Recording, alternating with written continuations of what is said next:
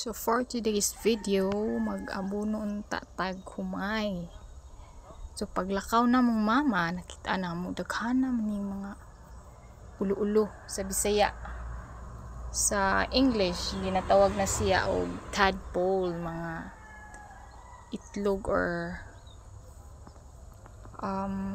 part na siya sa mga gagmay nga baki.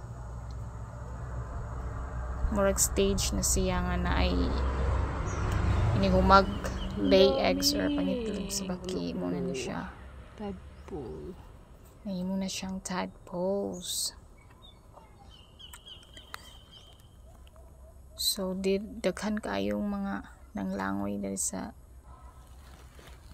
ikaduhang luwang na nagkabisi-bisi na ang mga ulo-ulo kaasa sila mo pwesto.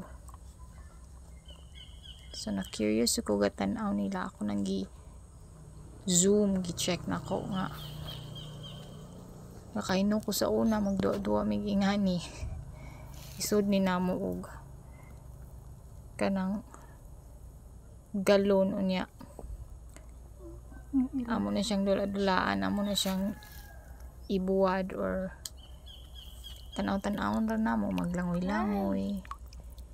Na cute siya nga tadpole ug medyo gilok siya inig hawid nimo. Ako lang po ng buhian. So maura to guys, please like and subscribe. Maria Vids.